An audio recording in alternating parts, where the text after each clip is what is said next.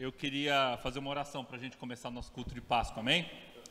Senhor, nós te agradecemos porque o Senhor é bom, porque a sua misericórdia dura para sempre e porque nessa manhã especial nós celebramos, Senhor, o grande ato de misericórdia, o grande ato de salvação, a consumação do teu plano de resgate, Senhor.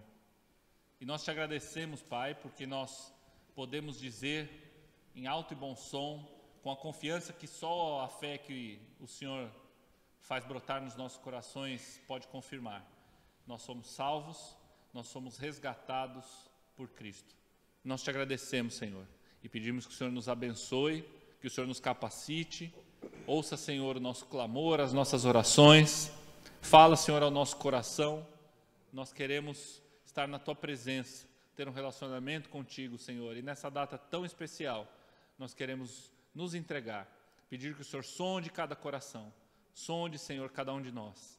Perdoa, Senhor, pecados, Pai. Revela, Senhor, aquilo que a gente tem feito que não está de acordo com o seu caráter, que o Senhor não se agrada, para que a gente possa colocar tudo isso aos Teus pés, Senhor, e poder oferecer o nosso coração como uma oferta pacífica e agradável a Ti, Pai.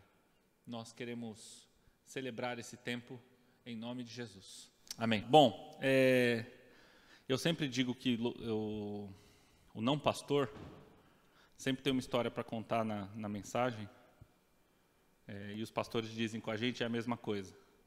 Eu só vou acreditar se eu fosse pastor, mas eu não sou, então. E me parece que na Páscoa a gente não tem muito o que dizer de diferentes, a gente celebra um grande momento. Eu me lembro do pai do Marcos, o tio Paulo, dizendo a data magna da cristandade. Eu não sei se ele falava sobre o Natal ou sobre a Páscoa, mas era sobre a Páscoa, não era? E ele usava essa expressão, que a Páscoa é a data magna da cristandade. E é mesmo, é a data mais importante, mais relevante. Eu estou me ouvindo? Que a gente tem no nosso calendário. Mas ela não é só uma data de um calendário, não é só uma festa. Ela é muito mais do que isso, né? E estudando sobre a Páscoa, o que eu busquei foi o significado, foi aprofundar um pouco mais ou tentar buscar um outro ângulo daquilo que a gente já conhece tão bem, né? Nós sabemos o que é a Páscoa, o que ela significa e a importância dela. E por mais um ano é sempre muito importante a gente reiterar. E a gente tem uma mini Páscoa toda ceia. Toda vez que a gente celebra a ceia, a gente lembra da Páscoa, né? Dessa data, de tão importante que ela é. Então, na verdade, a gente lembra disso, do significado da Páscoa durante o ano todo. Mas na própria Páscoa a gente tem um momento especial para falar desse assunto. E a verdade é que a Páscoa, entender a Páscoa, a gente precisa do Velho Testamento e a gente precisa do Novo Testamento. A Páscoa judaica, Pessah, que eles estão comemorando, né, já há um tempão, há mais de, sei lá, vários dias, né? Sem o Novo Testamento, sem Jesus, é como você assistir um filme até metade. E a nossa Páscoa, a Páscoa do Novo Testamento, sem entender o significado da Páscoa judaica, é como você pegar um filme da metade para o fim, você sabe o principal, você vê o filme até o final, mas fica faltando alguma coisa no enredo. Uma parte da beleza daquele filme você perde porque você não pegou ele do começo. Então a gente precisa entender o contexto para conseguir admirar mais o milagre de Deus em Jesus e como Ele fez para transformar o significado da Páscoa. Deus, Ele é especialista em ressignificar. Essa palavra tá na moda, né? Ressignificação. Mas Deus é especialista em transformar coisas ruins, situações ruins, em coisas muito boas. Ele é especialista. E na Bíblia inteira, você pode apostar na sua vida, apostar não, lembrar, na sua vida, na minha, que nós temos alguns ou vários momentos em que coisas ruins se transformaram em coisas boas, em coisas inesperadas que vieram para bem. Deus é especialista em fazer isso. Ressignificar, os sinônimos de ressignificar no dicionário é atribuir um novo significado a alguém ou alguma coisa. Dar um sentido diferente. Redefinir. O que Deus fez com a Páscoa foi dar um significado diferente, mais amplo. Redefinir. Transformar a Páscoa, que é esse momento tão especial, essa festa tão importante para os judeus, o seu povo, numa coisa acessível, numa celebração acessível para todos, em Cristo Jesus. Foi uma bela de uma ressignificação. E nesse estudo eu levantei essas viradas que Deus gosta de fazer, transformar mal em bem. Dá para a gente ver 3 grandes viradas operadas por Deus na história, e 3 renúncias que são necessárias para que a gente alcance a salvação. Antes disso, eu queria te convidar a cantar uma música que lembra e que a gente possa dizer uns para os outros que nós sabemos que foi pago um alto preço na cruz por todos nós. E é disso que nós vamos falar hoje. Eu sei que foi pago um alto preço para que contigo eu fosse o meu irmão. Quando Jesus derramou sua vida, Ele pensava em ti.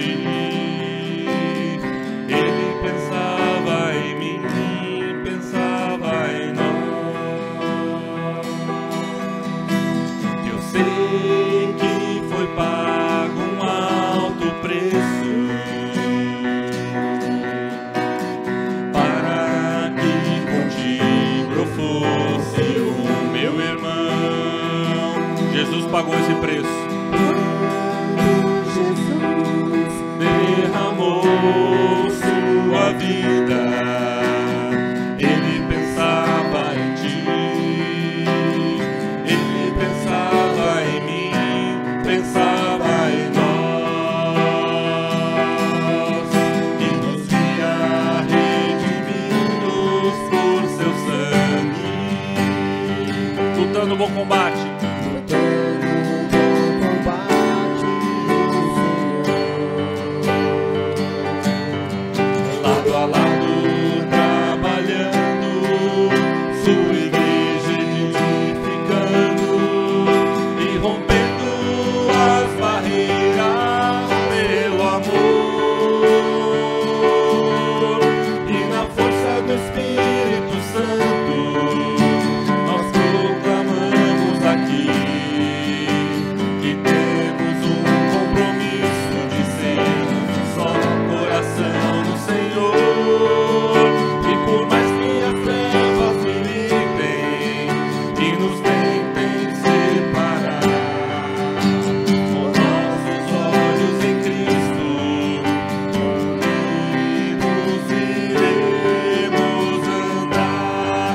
Força do Espírito Santo.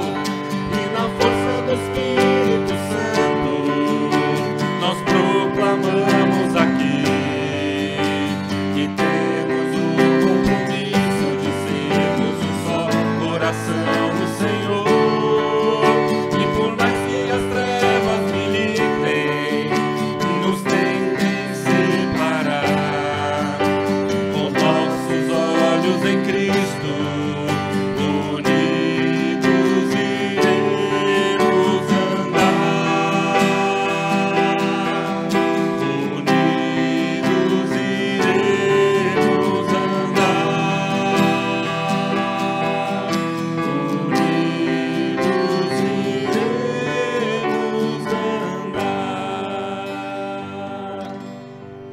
Só mesmo pela força do Espírito Santo é que nós podemos proclamar que nós temos esse compromisso, que nós vamos pagar o preço de sermos um coração no Senhor, de sermos o seu povo.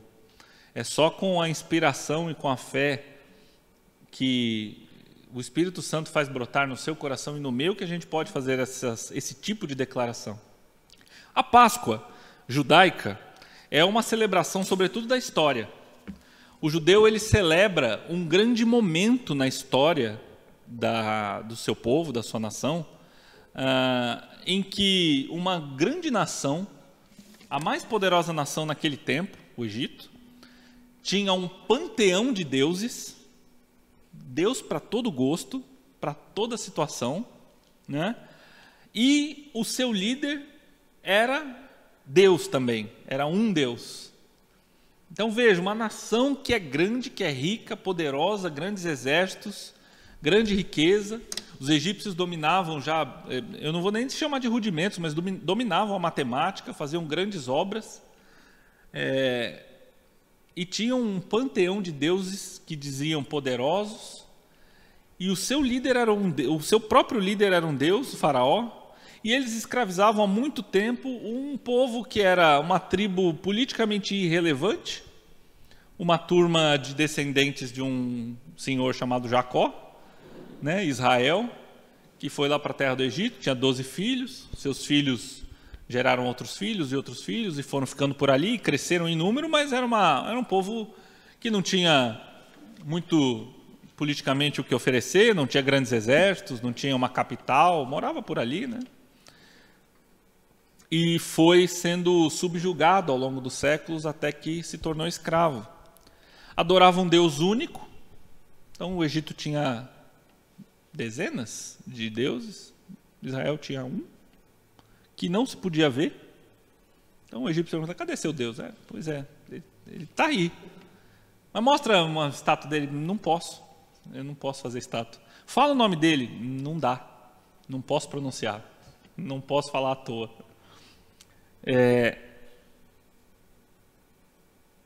Vamos ler Êxodo 1, 13 e 14. E os egípcios, Êxodo 1, 13 e 14. Se você quiser deixar sua Bíblia aberta em Êxodo, nesse comecinho a gente vai ler bastante. Êxodo 1, 13 e 14 diz, e os egípcios faziam servir os filhos de Israel com dureza. Assim que lhes fizeram amargar a vida com dura servidão, em barro e em tijolos, e com todo o trabalho no campo, com todo o seu serviço, em que os obrigavam com dureza. Então esse era o estado, a situação desse povo. Mas nem sempre tinha sido assim. Se a gente voltar um pouco, no comecinho do livro de Êxodo, a gente tem quem foi que criou ou que começou a estabelecer esse laço dos herdeiros de Jacó com o povo do Egito. Foi José. Êxodo 1, 6, 8. Faleceu José e todos os seus irmãos e toda aquela geração. E os filhos de Israel frutificaram, aumentaram muito e multiplicaram-se e foram fortalecidos grandemente, de maneira que a terra se encheu deles. E levantou-se um novo rei sobre o Egito, que não conhecera a José. Então, os filhos de Israel, no começo, eram muito bem quistos, muito bem vistos pelo povo do Egito, através de José, do que ele fez. Vocês se lembram, né? Ele revelou um sonho de Faraó, e com isso eles conseguiram se antecipar a uma grande fome que se abateu, e ali o poder do Egito se estabeleceu ainda mais, porque todos os povos e as nações que estavam em volta e que vinham de longe para buscar os celeiros, né, a comida e o mantimento que os egípcios tinham reservado, e José foi o grande governador do Egito, abaixo somente do próprio Faraó. E quando Jacó morreu, José chegou para o faraó e disse, olha, eu vou enterrar o meu pai onde Abraão foi enterrado, naquele terreno que Abraão comprou para ser sepultado, e Faraó permitiu, e foi um grande cortejo de egípcios, a ponto do povo que estava em volta falar, nossa, os egípcios estão muito tristes com essa pessoa que morreu, que era Israel, Jacó, né? Foi enterrado, e o próprio José, quando morreu, disse, olha, eu morro aqui, mas depois vocês levam os meus ossos, né, para a terra. Então era uma amizade E Deus, através da promessa de Abraão, abençoou e continua abençoando o povo hebreu. E o povo cresce, o povo enriquece nas terras do Egito. Só que José morreu, esse vínculo, essa admiração morre com José, e depois vem outro faraó que não conhecia José. E novos governantes, e novas pessoas, e morreram todos os irmãos de José.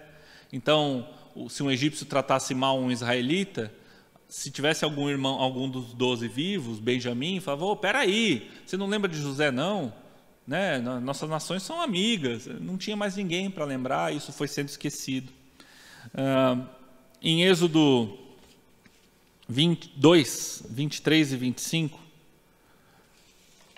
a gente vê como estava a situação do povo um pouco antes da Páscoa. E aconteceu, depois de muitos dias, que morrendo o rei do Egito, então já nasceu, já veio um rei do Egito, já morreu, a história está andando, né? Os filhos de Israel suspiraram por causa da servidão e clamaram. E o seu clamor subiu a Deus por causa de sua servidão. E ouviu Deus o seu gemido.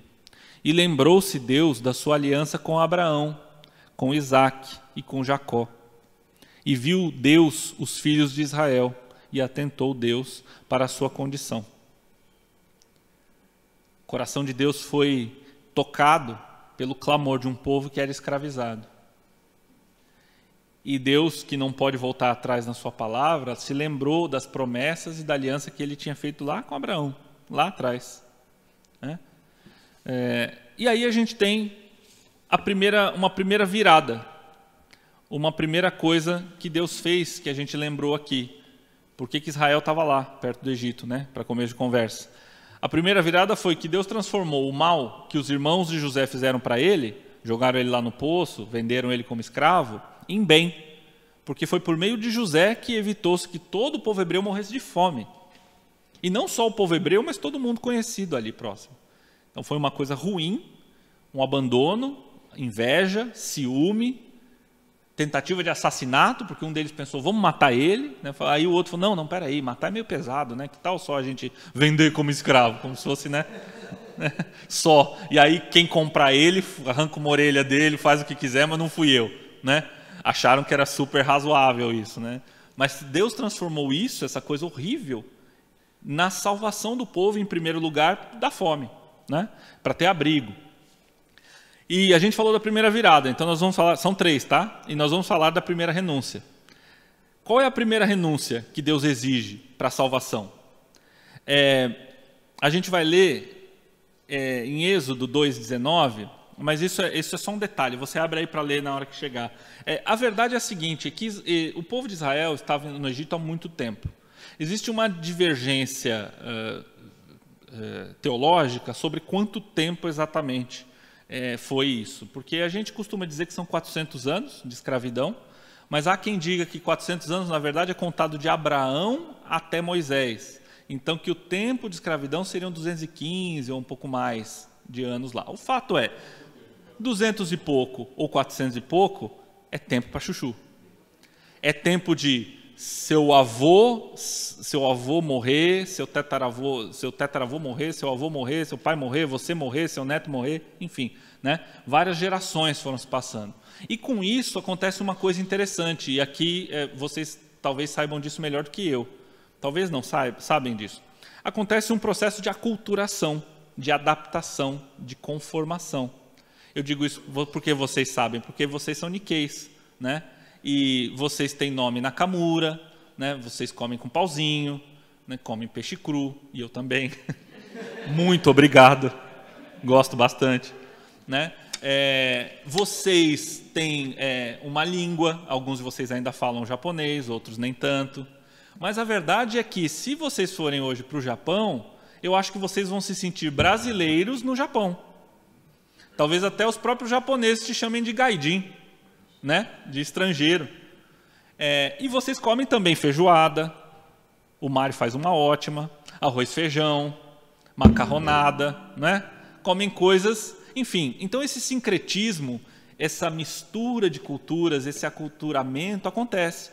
E é o que estava acontecendo. Então vocês imaginam os hebreus, que eram fruto de uma árvore que veio de Abraão, de Isaac, de Jacó, que tinha uma promessa, tinham a sua própria cultura, ficaram muitos séculos junto com os egípcios, que era uma grande nação. Não vamos nem tão longe, né? A gente está falando aqui Nikkei brasileiro, mas eu uso calça jeans. Não é para usar calça jeans no Brasil.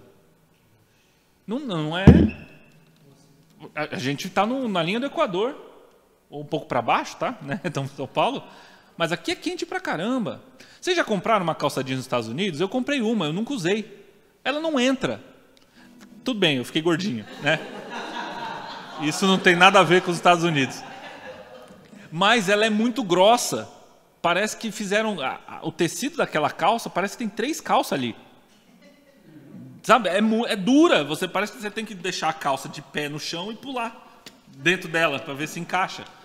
Enquanto eu estiver gordinho, não vai dar. Eu vou precisar emagrecer bastante para entrar naquela calça. E ela é muito grossa. Então, vestir calça jeans para um brasileiro, a princípio não faz muito sentido. A gente mora num país quente. Mesmo quando a gente hoje está friozinho, né, ventinho, assim, para a gente, o europeu estava na praia com 14, 15 graus. Né? Enfim, mas o fato é que a gente assume traços da cultura dos outros. E quando esse país é muito potente, como os Estados Unidos, por exemplo, isso fica mais evidente no cinema, por exemplo, né? Enfim, a verdade é que o povo começou a tomar uma forma. E isso é interessante, aí em Hebreus 2,19, quando Moisés matou o egípcio e fugiu, e foi lá ficar com a família do Labão, né? Conheceu lá o... Não, Labão não, o Jetro. As filhas do Jetro, que olharam ele lá no poço, que teve aquele lance, que ele, né, deu de beber para o rebanho e tal, e tinha acabado de fugir do Egito, e elas disseram para o pai, né, um homem egípcio nos livrou da mão dos pastores e também nos tirou água em abundância e deu de beber ao rebanho. Você vê que a família de Jetro diz que olha para Moisés e fala, é um homem egípcio. Então vocês imaginam a cara dele, né, para dizer isso. Talvez assim vocês já tenham passado por isso muitas vezes também, né? De alguém falar para você, um japonês, a japonesa ali ou o japonês ali me deu um copo d'água, me fez qualquer coisa assim, né? Por causa da aparência. Então Moisés tinha aparência e não devia ser só ele, né? O povo em geral podia ter se conformado com essa cultura. E tem outras coisas interessantes e que dão importância a essa Páscoa judaica e a tudo que Deus fez, porque na cultura egípcia vocês sabem que eles cultuavam muito a morte, né? Tanto que as casas, até os palácios do Egito não sobraram nada hoje para... A Marisa foi lá para o Egito, né? Para o Cairo, você não foi? Você não foi para o Cairo? Só falta isso também, né? Então, você viajou bastante, né? Eu achei que você tinha ido. O Marcos foi. Você foi para o Egito? Então, não tem nenhum palácio que tenha sobrado lá, assim, digo, de rei, alguma coisa assim, ou as casas deles. Não sobrou muita coisa para contar a história.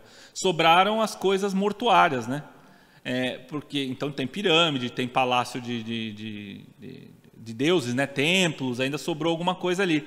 Mas as coisas do dia a dia sobrou pouco. Eles usavam um tijolo que era meio que uma argila, chamava adobe, que era um compilado ali de palha com argila, com lama, que secava no sol, enfim. Coisas que não duravam muito tempo.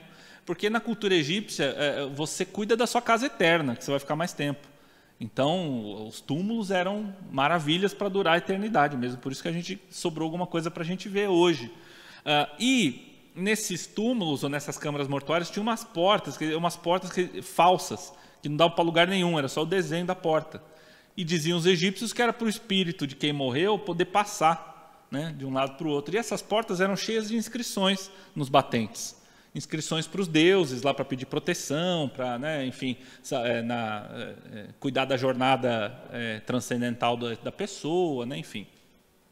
Então é provável, arqueologicamente falando, que nas casas as portas fossem semelhantes às portas falsas que se fizeram nos túmulos, que é o que sobrou para a gente ver.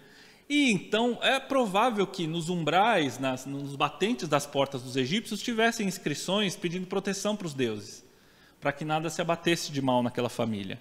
E quando Deus determina que o povo imole um cordeiro e coma apressadamente, asse a carne no fogo, e pegue aquele sangue e pinte os batentes e as soleiras das portas, o sangue daquele cordeiro está cobrindo todas aquelas inscrições, Deus, de outra forma, a gente pode interpretar que para que o povo fosse salvo, primeiro eles renunciaram aos deuses do Egito. E não é muito forçação de barra pensar nisso, quando a gente vê que as 10 pragas tiveram não só o objetivo de quebrar o coração do faraó, mas mostrar para todo o povo do Egito que aqueles deuses eram falsos, um por um.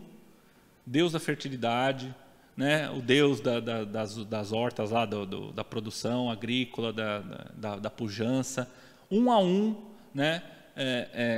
As pragas mostraram que Deus era poderoso, mais poderoso do que, né, os bruxos lá no começo do faraó conseguiram fazer alguma coisa, conseguiram imitar, transformar em cobra, e o faraó foi dizendo, você faz, está vendo aqui, o meu também faz, mas aí depois de um tempo eles começaram a não conseguir fazer mais, depois de algumas, e aí o faraó mandou matar, porque, enfim, Deus desconcertou aquele povo cheio de deuses, cheio de poder, cheio de ouro, com as pragas. E isso culminou nessa 10ª praga que ceifou a vida dos primogênitos de toda a terra do Egito. E eu fico imaginando, a gente já tem vários filmes sobre isso, mas a Bíblia diz que o pranto foi um país inteiro chorando, porque não teve casa em que um primogênito não tenha morrido, inclusive entre os animais, né? Então deve ter sido uma coisa assim, triste e terrível. E Deus não tocou nos primogênitos do seu povo, porque eles passaram o sangue do cordeiro sobre tudo aquilo. Hoje, inclusive, falando dessa questão de umbrais, né? Eu não sei se pode ser um resquício dessa tradição ou desse costume de colocar coisas no batente da porta. Até hoje o judeu tem o mezuzá, né? Sabe o que é o mezuzá? Se você já viu num comércio de um judeu ou na casa de um judeu, eu era vizinho de uma judia no antigo prédio, né? Não sei quem foi na minha casa, tem um metalzinho sempre inclinado assim no batente da porta, e naquele metalzinho dentro tem um rolinho de papiro com 3 passagens. Isso é só por curiosidade, tá? É Deuteronômio 6, 4, 9, Deuteronômio 11, 13 a 21 e Números 15, 37 a 41. Então está ali. O judeu, quando alguns beijam o mezuzá quando saem de casa ou quando chegam, outros passam a mão assim, para se lembrar dos mandamentos, né? Então até hoje tem alguma relação da proteção divina através do batente da porta, né? Mas a verdade é que Deus, o nome desse pergaminho, também momento cultura só, chama Kelaf ou Klaf, tá?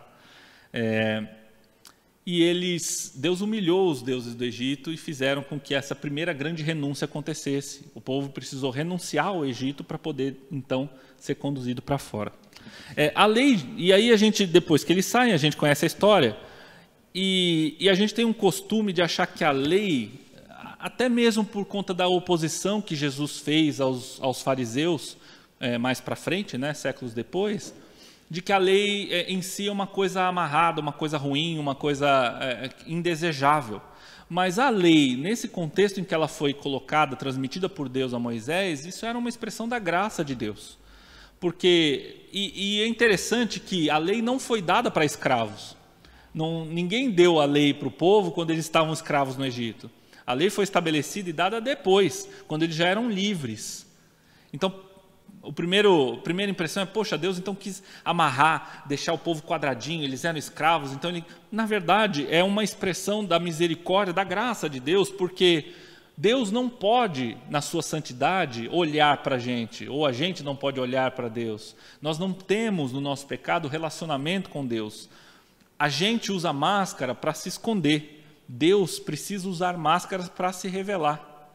Então Deus se revela para a gente de diversas formas. E estabeleceu o tabernáculo, estabeleceu as festas, estabeleceu o costume da Páscoa, estabeleceu Arão como sumo sacerdote, os seus filhos, e tudo aquilo que a gente vê, as pilastras, a mesa, o candelabro, todas aquelas, toda a liturgia que foi estabelecida era para que o povo que fez um contrato com Deus de amizade, uma aliança, a velha aliança, para que eles pudessem ter essa aliança, a amizade, para que eles pudessem ter relacionamento com Deus.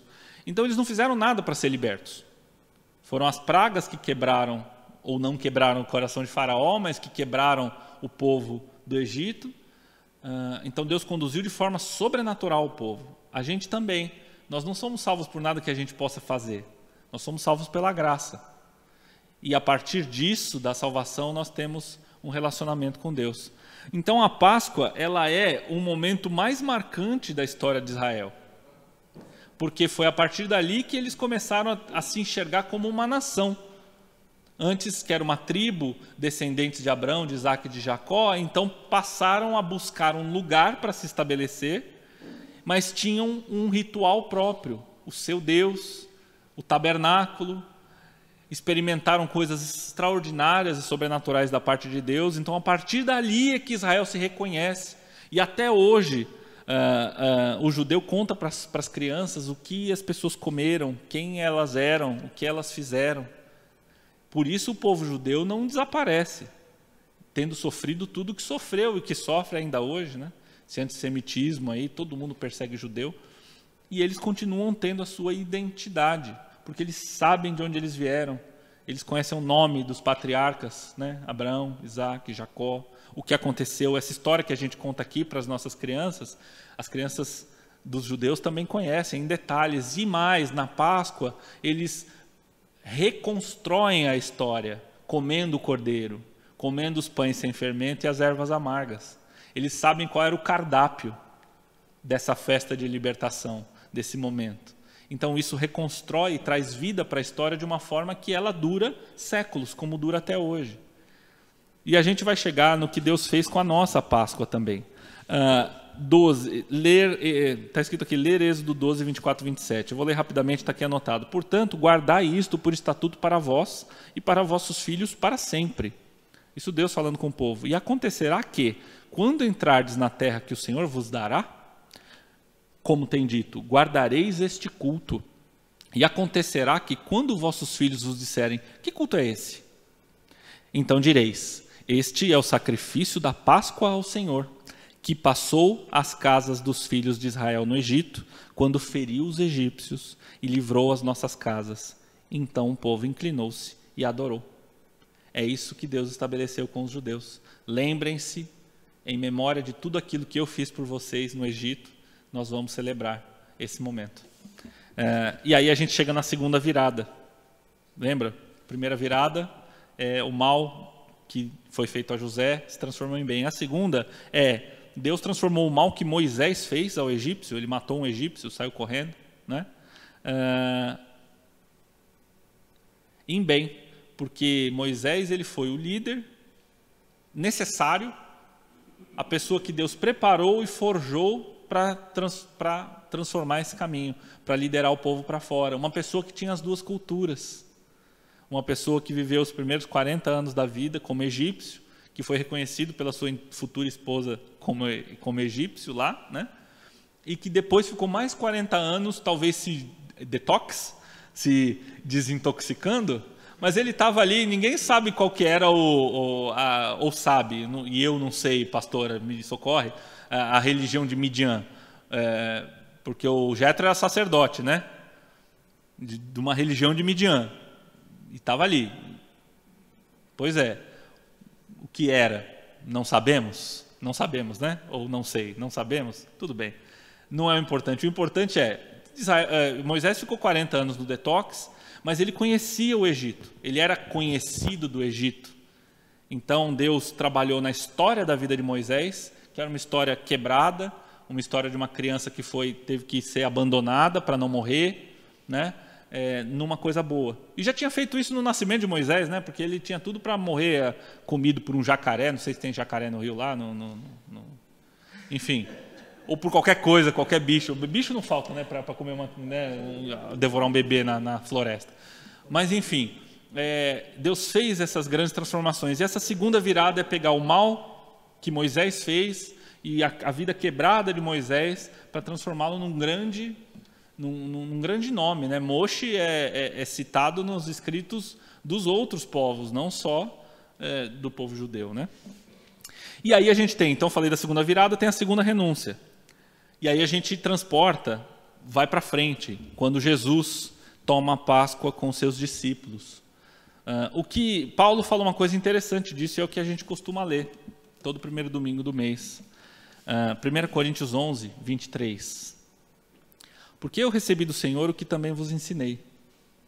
Que o Senhor Jesus, na noite em que foi traído, tomou o pão, e tendo dado graças, o partiu e disse: tomai, comei, isto é o meu corpo, que é partido por vós. Fazei isto em memória de mim.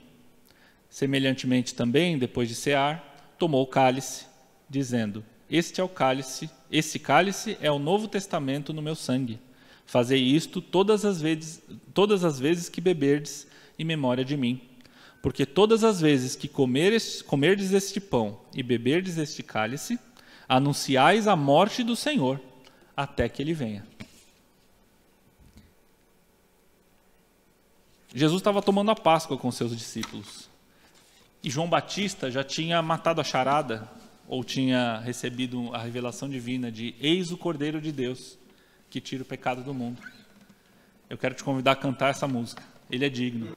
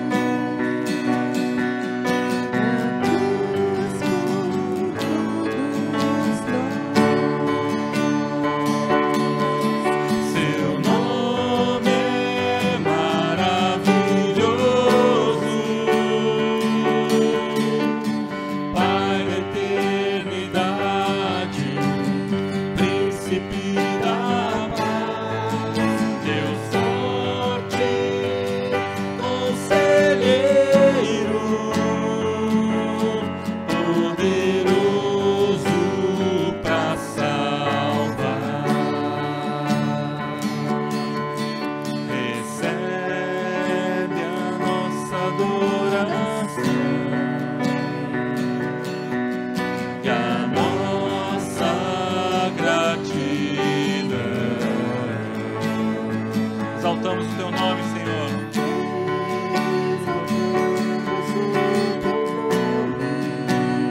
Tu és digno. Digno és o Senhor.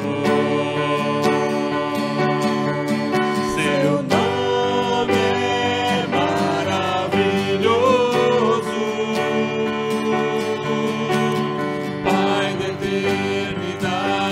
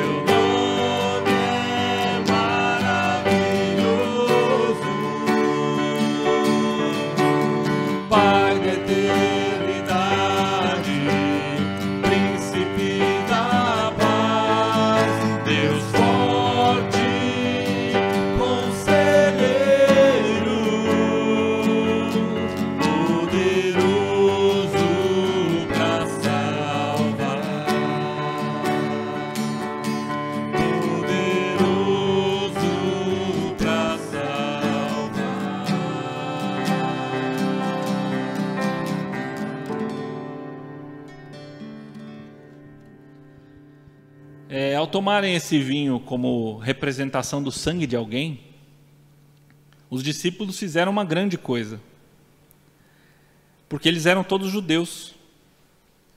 Então, ao tomar um cálice que representava o sangue, eles renunciavam ao judaísmo, porque, como você sabe, um judeu não toma nem come sangue. Os elementos da Páscoa judaica são o cordeiro, o pão sem fermento, o asmo e as ervas amargas.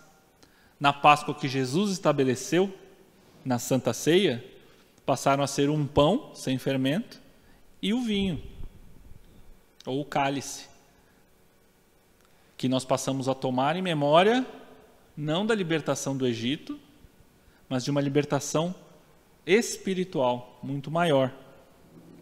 Então a Santa Ceia, a nossa Santa Ceia, que a gente vai tomar já já, ela nasce no judaísmo, mas ao mesmo tempo ela representa uma ruptura com a velha aliança, não para que se fizesse algo oposto, mas para que Jesus cumprisse as promessas de Deus e libertasse o povo de forma definitiva, estabelecendo a nova aliança no sangue de Jesus.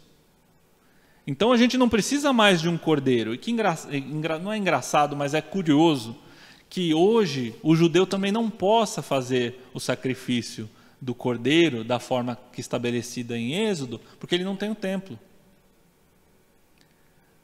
Parece uma ironia da história, ou que o povo que não reconheceu o Messias não possa continuar imolando o cordeiro da forma da velha aliança que foi estabelecida. Jesus, nós cremos, é este cordeiro que foi dado uma vez de forma definitiva, para todo sempre. E é ele que nós lembramos agora na Santa Ceia.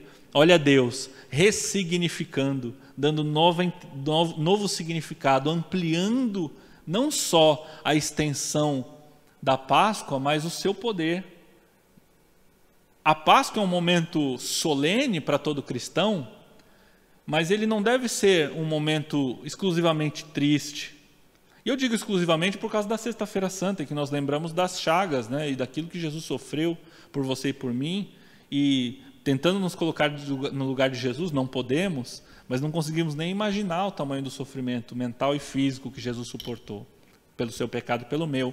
Mas o momento da Páscoa, da ceia, pastora, me permite fazer essa comparação, e se eu estiver errado, depois a gente vai para essa linha.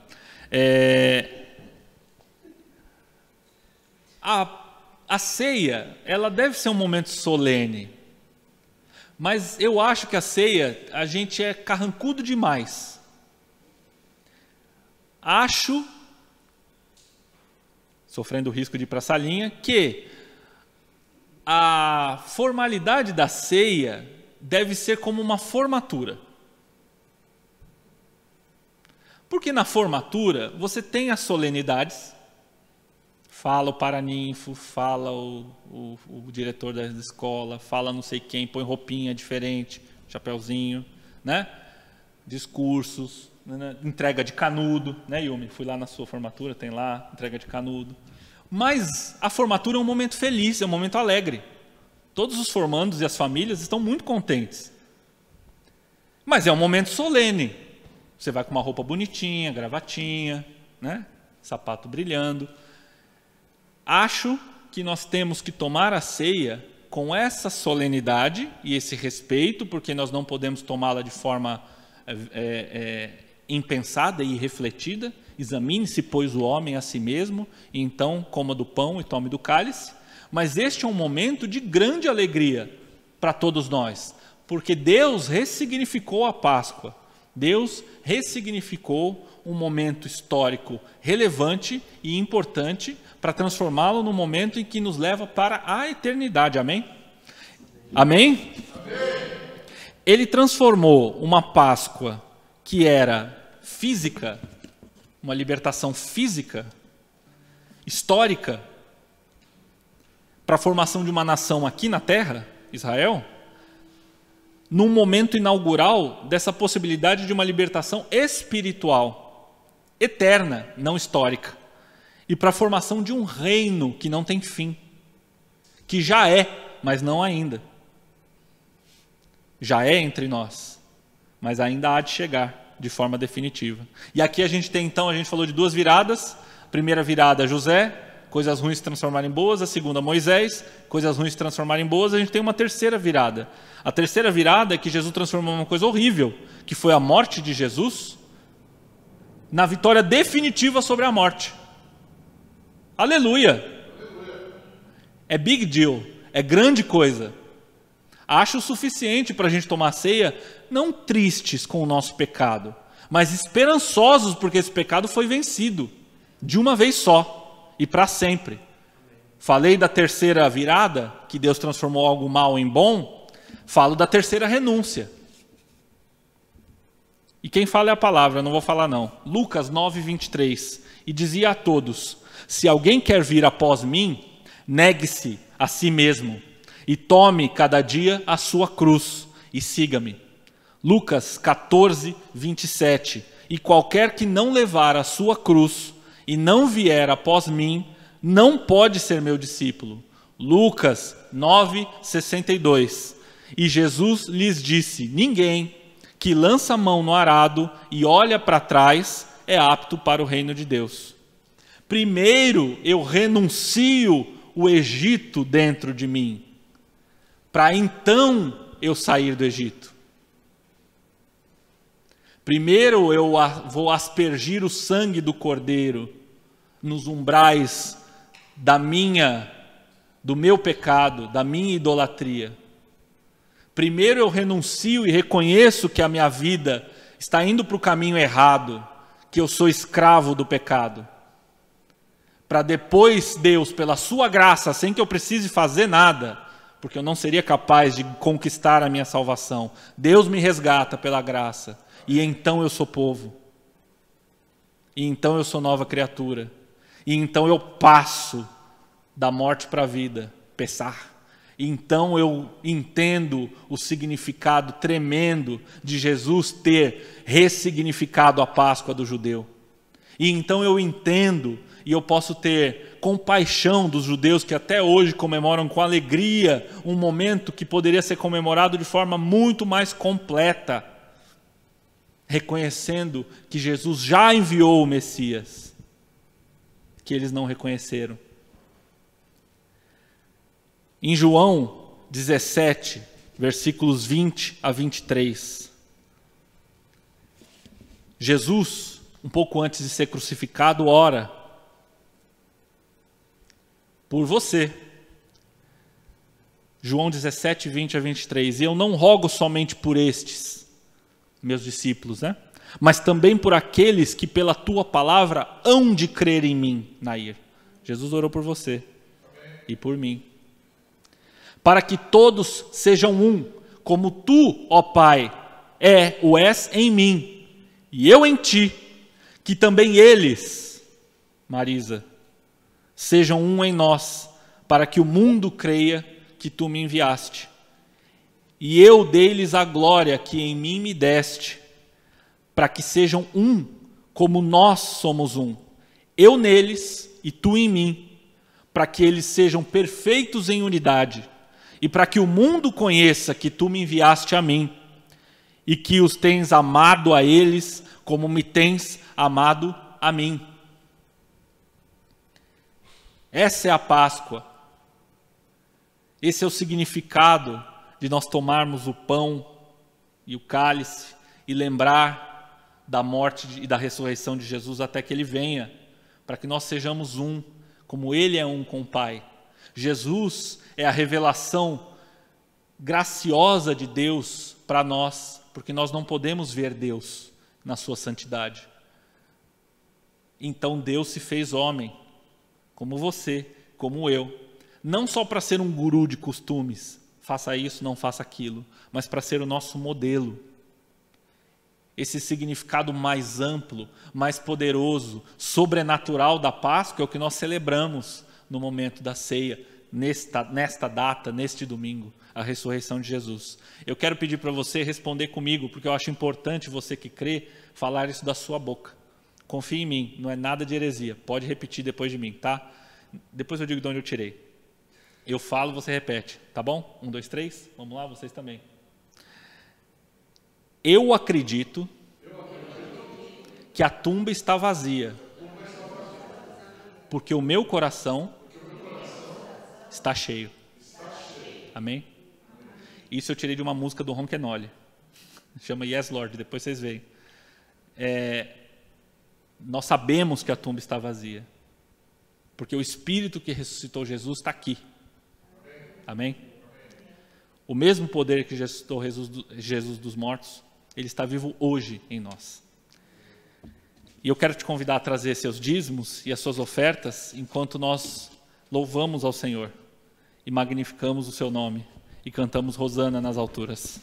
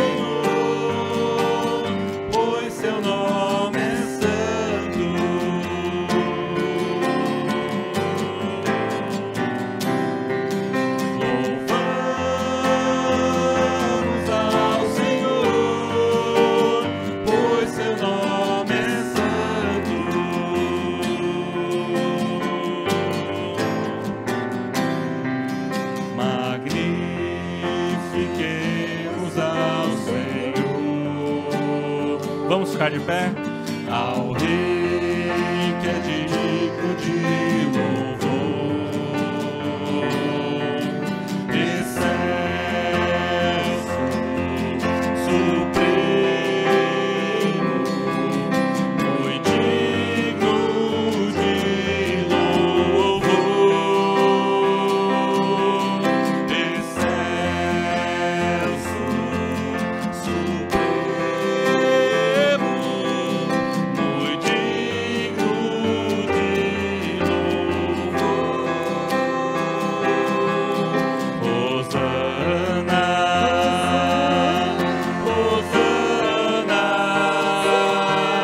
Hosana ao nosso Rei. Hosana, Hosana, Hosana, Hosana ao nosso Rei. Cristo é a nossa vida, o motivo do louvor em nosso novo coração. Pois morreu a nossa morte, pra vivermos sua vida, nos trouxe grande salvação. Cristo é a nossa vida, o motivo do louvor em nosso novo coração. Pois morreu a nossa morte, pra vivermos sua vida, nos trouxe grande salvação. Hosana, Hosana, Hosana ao nosso Rei. Hosana, Hosana, Hosana ao nosso Rei. Tu és santo, Senhor, santo, santo, santo. O Senhor é o grande Cordeiro que tira o pecado do mundo. O Senhor ressignificou a nossa tragédia, a morte, a que nós estamos entregues pelo pecado e transformou em vida, Senhor. É a Páscoa do Senhor que nós celebramos, a vitória eterna, definitiva sobre a morte. Oh Deus, o Senhor que pega o nosso pecado e transforma ele em vitória, e transforma ele em grande satisfação para o seu coração. Oh Deus, nós celebramos com grande alegria a nova vida, o coração de carne que Jesus colocou no peito de cada um que recebe o Senhor como seu verdadeiro Senhor e Salvador, como aquele que veio cumprir toda a lei e todas as promessas, a tua face, Senhor, para que nós possamos te glorificar em Cristo Jesus. Hosana, hosana, hosana nas alturas. Nós te louvamos, Senhor, porque o Senhor é o autor em Cristo e o consumador da nossa fé. O Espírito que ressuscitou Jesus daquela tumba fria vive dentro de mim, está no nosso peito, está no meio de nós e há de transformar esse mundo pelo amor que o Senhor tem se manifestado na tua igreja. Levanta, Senhor, o teu povo mais uma vez. Levanta para que a gente saia do Egito, para que a gente saia da vida de pecado, para que a gente saia do conformismo, Senhor, e possamos seguir adiante, pôr a mão no arado e não olhar para trás, Senhor. Tomar a nossa cruz todo dia e seguir o nosso bom Mestre Jesus. Oh Deus, nós tomamos essa ceia lembrando que Jesus morreu, mas ressuscitou e há de voltar para resgatar a igreja, para que nós possamos juntos com Ele reinar, estarmos no Teu reino, Senhor, para todos sempre. Oh Senhor, nós te agradecemos. Recebe, Senhor, a nossa oração. Recebe, Senhor, os nossos corpos. Recebe os nossos corações quebrados no Teu altar. Recebe, Senhor, os nossos dízimos. Recebe, Pai, as nossas ofertas, a nossa saúde, as nossas famílias, Senhor. Recebe a nossa fé, que é pequena, Deus, e multiplica, Pai, porque o Senhor é um Deus rico, é um Deus bom e é um Deus infinito em misericórdia e graça. Oh Deus, bendito seja o Teu nome, Pai, para sempre, em nome de Jesus. Amém? Amém. Bom dia. Hoje, normalmente, quer dizer, as ceias, né, são comemoradas, as santas ceias, no primeiro domingo. E aí pediram para que fizesse hoje também. Aí o Mário falou: Esther, tem tudo a ver, tem tudo a ver. Sim, tem tudo a ver. Sequencialmente, né, falando, a ceia realmente foi na... Obrigada, todo mundo tão generoso, tão legal. A Páscoa foi... Jesus quis jantar com os seus discípulos amados e em João falou bastante, a maioria dos ensinamentos de João foi naquele jantar, e depois eles saíram e foram para Getsêmani, que eu quis representar aqui com as plantinhas, e aí Jesus foi preso e aconteceu, então, a crucificação. Mas agora eu vou pegar o gancho, né, sobre filme. Williams, ele falou o Antigo e o Novo Testamento em 40 minutos. Ele fez um... Eu fico assim, toda... Semana passada, o Marcos deu uma disciplina de um semestre em 40 minutos. E hoje, Antigo e Novo Testamento em 40 minutos. E fez uma comparação do começo do filme com o Antigo Testamento e o do meio para o fim, o Novo. Agora eu vou dar um spoiler. Vocês sabiam que é bom, às vezes, quando o filme acaba, fica sentadinho mais um pouquinho, porque se for um filme da linha Marvel, então sempre vai ter uns né, continuação para você querer assistir depois. Às vezes tem um, e às vezes eles exageram.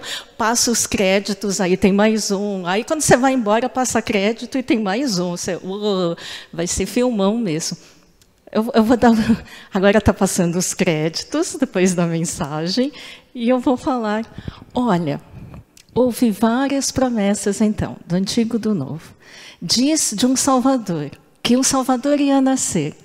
E nasceu. Diz que esse Salvador ia morrer na cruz. Morreu na cruz por nossos pecados. Diz que o Salvador ia ressuscitar. E é isso que nós estamos comemorando. Mas a ceia, ele é entre, então, esse evento com esse próximo, que é a vinda dele, a segunda vinda. Então, o filme ainda não acabou, gente. E estamos vivendo esse intervalo. E esse intervalo de tempo foi a leitura também que eu ia ler em João. Toda vez eu leio 1 Coríntios 11. Mas dessa vez eu pensei, não, vamos fazer diferente. Eu vou ler João. E aí o Williams leu João. Falei, legal, agora eu vou ler... Não, eu já pensei mesmo em ler outro capítulo. Nesse intervalo... O que a gente deve fazer, além da ceia? Amai-vos uns aos outros. O mundo vai saber que a gente é discípulo de Jesus porque a gente toma ceia? Não. O mundo não vai saber, o mundo não vai olhar pela janela, o mundo não vai olhar pela porta, que esses crentes estão fazendo lá dentro. Estão tomando alguma coisa, estão bebendo alguma coisa, estão comendo algo. Não é assim que os não crentes saberão que a gente é discípulo de Jesus. Eles saberão quando a gente amar um ao outro. É assim que o mundo saberá. E hoje eu pensei, 2 semanas atrás já fizemos, né, a ceia. E daqui a 2 semanas vamos fazer. Então vamos fazer diferente. Hoje todo mundo vai pegar a sua cadeira onde você está sentado e vamos sentar em volta da mesa. Eu vou pedir para vocês fecharem os olhos. E vocês, é uma dinâmica, vocês vão imaginar agora Jesus aqui no meio da gente. Imaginem que Ele está aqui sentado. Ele tem muito prazer de estar aqui. Está muito feliz. Porque estamos comemorando o sacrifício dele. E nesse momento Ele se levanta. Ele pega uma toalha, coloca na cintura dele. Ele pega uma bacia com água e Ele se achega a você. A gente aqui sentado e o Rei dos Reis, o Deus maravilhoso, se ajoelha e lava os seus pés.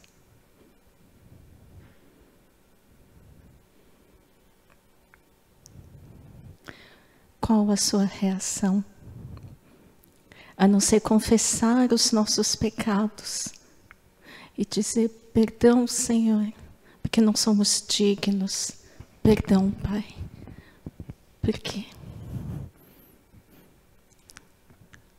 o Deus tão poderoso, Criador do Universo,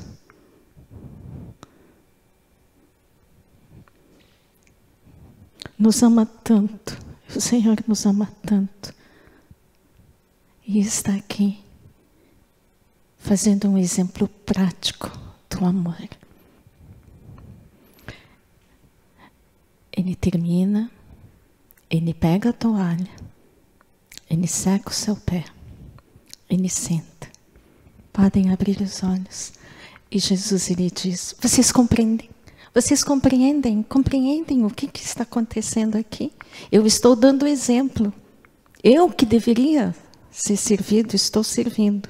Então, vocês, por favor, me imitem. Sirvam também uns aos outros. E aí, nós já fizemos a confissão dos pecados. Estou convidando todos para participarem. E Jesus, então, está representado pelo pão. Pega um e passa. Pelo suco de uva. Pega um e passa.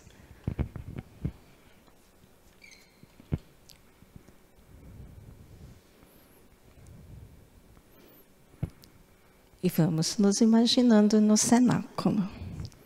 Jesus disse para a gente repetir toda vez, para que guardemos na memória, guardemos no coração os ensinamentos dele, o sacrifício dele, até que ele voltasse. Pai amado, que ao tomarmos desse suco, ao comermos desse pão, sejam usados como elementos para nos aproximarmos mais ainda de Ti, para que sejamos um em unidade, para que amemos principalmente a nossa família física e a nossa família da fé e saiamos daqui com força renovada pelo Espírito Santo, Pai, para sermos como Jesus. É isso que nós pedimos, a transformação desses elementos na nossa vida. Amém. Podem tomar.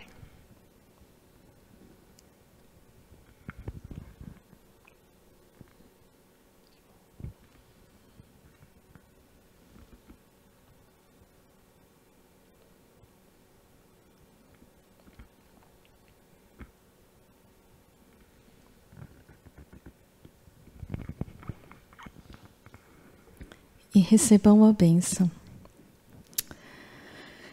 Oh, Jesus maravilhoso, Jesus gracioso, Deus da história, Deus de amor, unidade e marca do Espírito Santo, esteja com cada um de vocês, transbordem do amor de Jesus e pratiquem o exemplo que Ele ensinou. Assim seja, em nome de Jesus. Amém. Amém.